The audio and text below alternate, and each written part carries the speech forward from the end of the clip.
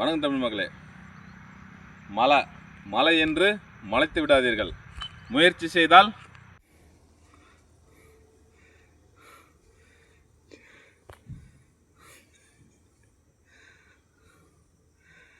இப்போ நம்ம மலை மேலே ஒரு சிங்கக்குட்டி தாவ போகுது.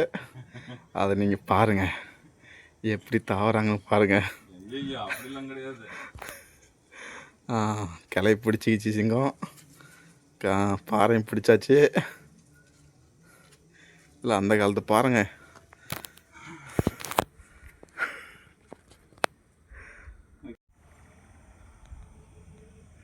மலை என்று மலைத்து விடாதீர்கள் என்று சொன்னேன்ல, பாருங்க மலைக்கு மேலே ஏறியாச்சு. இப்போ மலை எனக்கு கீழே. அதனால மலையை கண்டும் பயப்படக்கூடாது. நன்றி.